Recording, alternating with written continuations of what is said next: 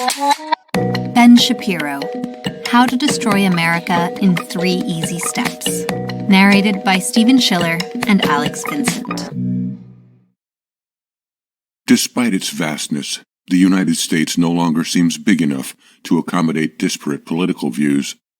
More and more Americans view those they disagree with as enemies rather than dissenting fellow citizens.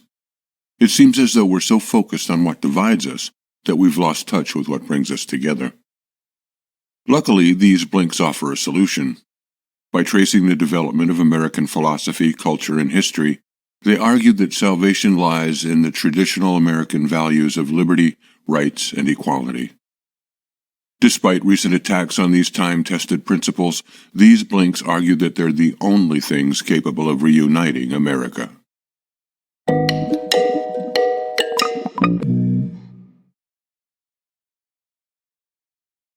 Blink 1 of 6. These days, it seems that Americans have less and less in common. One political row after the other means we're constantly at each other's throats. And we've become more intolerant and argumentative on social media. Often, it seems the nation is on the brink of tearing itself in two. It seems that Americans really have fallen into 2 broad camps. There are those, like the author, who think we're fundamentally a united people. And then there are those who prefer to focus on the divisions instead. The author calls the first group Unionists. The second group he calls Disintegrationists. So how did we get here? To answer that question, we first need to understand the traditional philosophy of the United States. The key message here is, Americans have long been united by 3 simple and fundamental beliefs. According to Unionists, there are 3 basic beliefs that have always underpinned American unity. They are enshrined front and center in the Declaration of Independence. The first is an insistent focus on rights, namely the rights to, quote, life, liberty, and the pursuit of happiness. According to the Declaration and those who uphold its values, these rights are natural human prerogatives that can never be taken away. In this view, humans are automatically entitled to certain basic provisions because human beings are inherently valuable and possess the ability to reason. Rights, in short, rest on human nature. The second unifying belief also appears in the Declaration. It's the assertion that all men are created equal. Now, this doesn't mean that everyone has equal abilities and characteristics. We all know that some of us are smarter than others, some kinder, and some more athletic. What equality does mean here is that the law should apply to everyone equally. Rather than discriminating between citizens on unfair, arbitrary grounds, authorities should treat everyone equally and impartially. Now for the third and final unifying belief. This is the idea that the government exists in order to protect our rights and to make sure we're treated equally, and that it should do very little beyond that. In other words, the government shouldn't interfere with the private lives of American citizens. Provided people don't meddle with anyone else's rights, Unionists argue, the traditional American attitude is to let them do whatever they please. Blink 2 of 6. So Unionists believe in the traditional American philosophy of rights, equality, and limited government. How do disintegrationists respond? Do they admit these are noble aims that we should push ourselves to achieve? Do they think we just need to strive harder to live up to America's founding ideals? Well, not exactly. In fact, the disintegrationists' outlook rebuts every aspect of traditional American philosophy. Disintegrationists reinterpret rights in a way that changes the original meaning of the term. They insist that the traditional notion of equality is a sham, and they reject the notion that human nature automatically entitles us to any rights at all. The key message here is, disintegrationists reject traditional American philosophy. According to disintegrationists, the notion of human nature is misleading. Humans, in their view, are essentially malleable.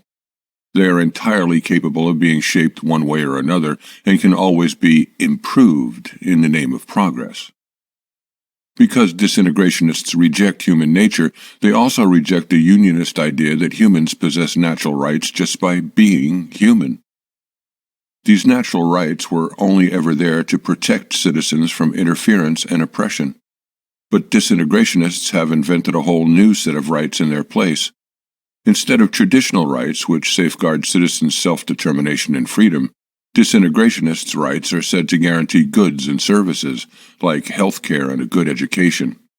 What the disintegrationists have essentially done is extend the notion of rights to include anything and everything that strikes them as desirable. And they've also done considerable damage to America's traditional understanding of equality. Instead of being content with equal rights and equal treatment before the law, disintegrationists are dissatisfied with anything less than equality of outcome. That means that they see all disparities between sexes and races as indications of discrimination and injustice. In their minds, there could be no other explanation. It's not that men naturally gravitate toward some jobs and women towards others, for example. Every difference in outcome, they argue, is evidence of injustice, and it's the job of the government to set things right. This is the final blow to traditional American philosophy.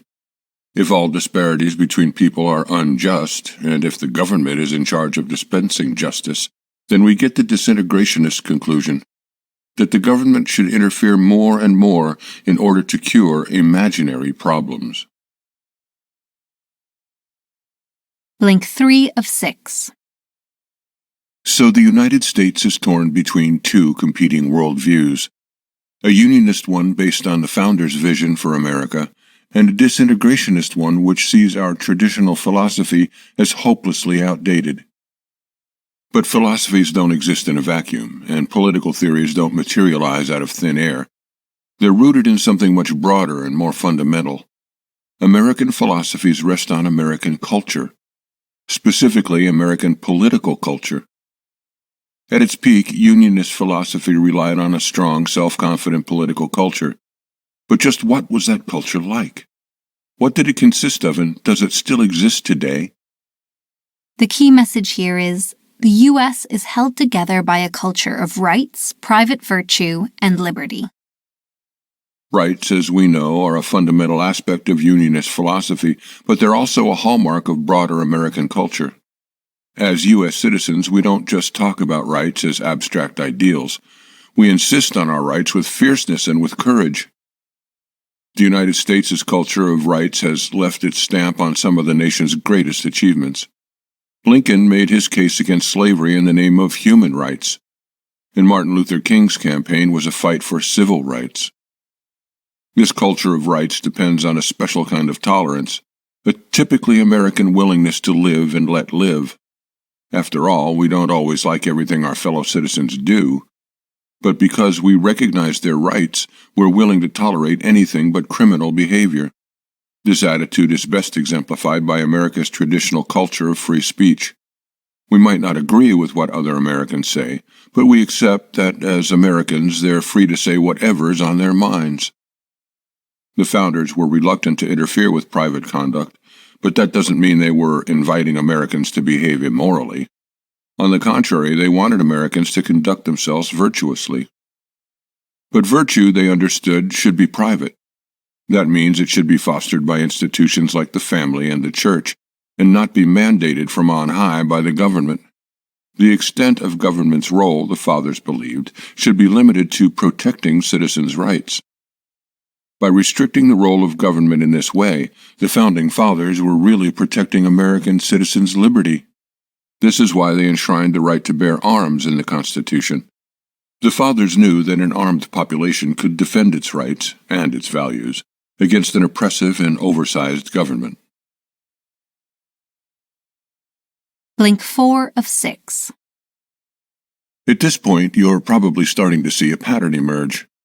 All of the values that once served to unify the United States and promote a strong and stable political culture are increasingly coming under assault from the disintegrationists. Disintegrationists could be calling on Americans to be true to their ideals, but they aren't. Instead, they're denigrating traditional principles and jeopardizing American unity in the process. Against the culture of rights and tolerance, they emphasize safety and constraint. Against the right to self-defense, they argue for dependence on the government. And it doesn't end there. The key message here is disintegrationism inverts the values of America's traditional political culture. There was a time in American history when it came to citizens' rights, the burden of proof fell on the government. If the government wanted to prevent us from doing something, it had to put forward a strong case arguing its point. It had to explain why we didn't have the right to do as we pleased. Now, though, attitudes have changed. These days, people ask, what gives you the right to behave in a certain way? Not what gives the government the right to stop you. This is a clear sign of the disintegrationists' efforts. They've eroded the culture of rights and changed the way political arguments work. To make this even clearer, look at the issue of free speech.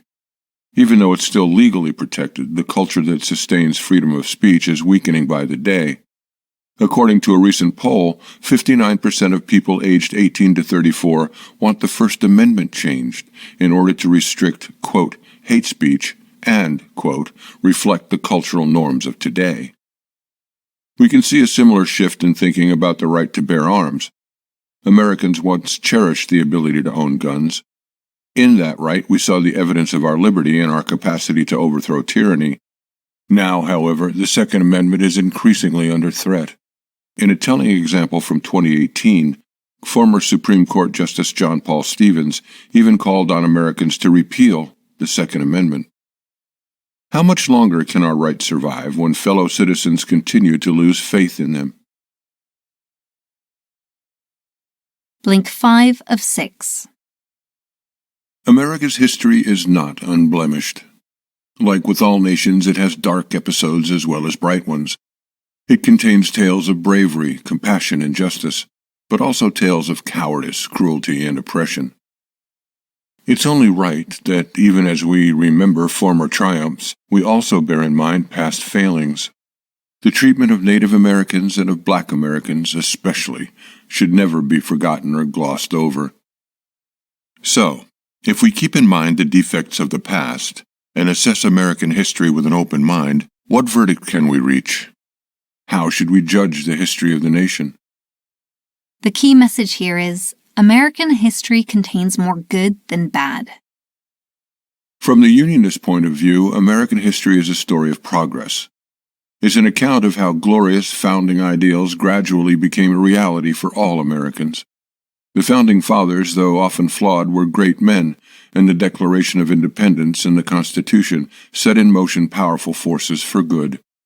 This doesn't mean that things improved immediately. Slavery was widespread in the new republic, and Native Americans were systematically persecuted and dispossessed. For these victims, the early years of U.S. history were terribly painful. But the U.S. wasn't alone in these misdeeds. At the time of the American founding, slavery was common throughout the world, and although a number of the Founding Fathers owned enslaved people, many criticized the institution of slavery and looked forward to its demise. This by no means excuses the actions of early Americans, but it shows at least that they weren't exceptionally vicious. Set against these deplorable actions are the achievements of the United States, at home and on the world stage. Domestically, the U.S. created an increasingly prosperous and fair society as the centuries marched on. Abroad, its achievements were even greater. In the 20th century alone, the U.S. helped to win World War I, proved decisive in winning World War II, financed the rebuilding of Europe, and oversaw the fall of the USSR.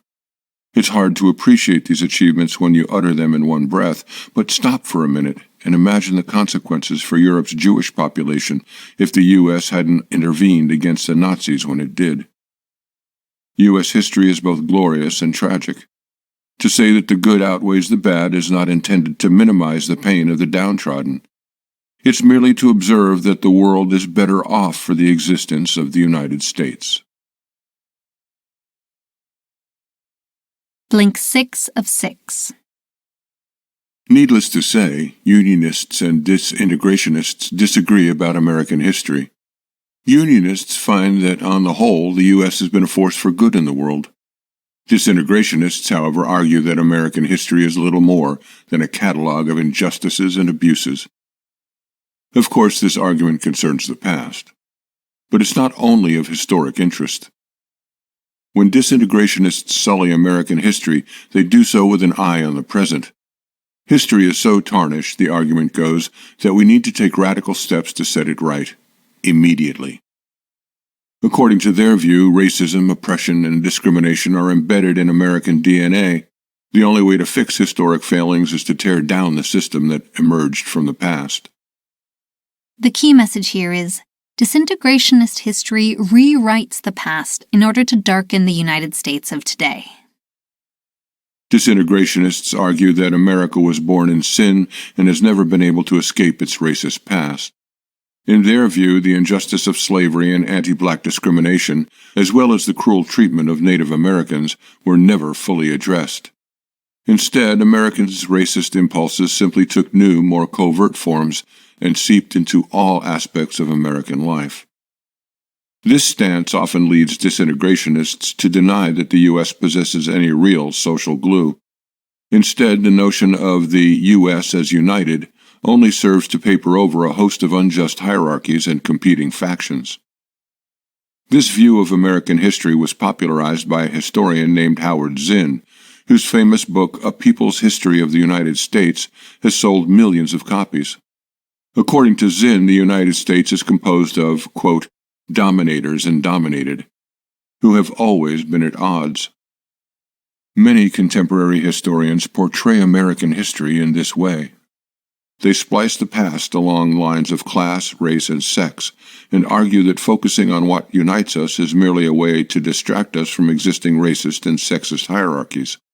These arguments take a fundamentally accurate premise that American society was once both racist and sexist, and expand it into a false narrative about present-day America. Instead of uniting around stories of shared history, disintegrationists mine the past in order to divide us in the present. Unfortunately, their efforts so far have been quite successful. If they keep succeeding, who knows what will happen to this great nation? You've just listened to our blinks to How to Destroy America in 3 Easy Steps by Ben Shapiro. The key message in these blinks is this. The United States is facing the prospect of being torn apart. The history, culture, and philosophy that have always bound Americans together are increasingly under threat, attacked by the forces of disintegration and division. Only by re-embracing time-tested American values can the U.S. hope to remain a united, great country.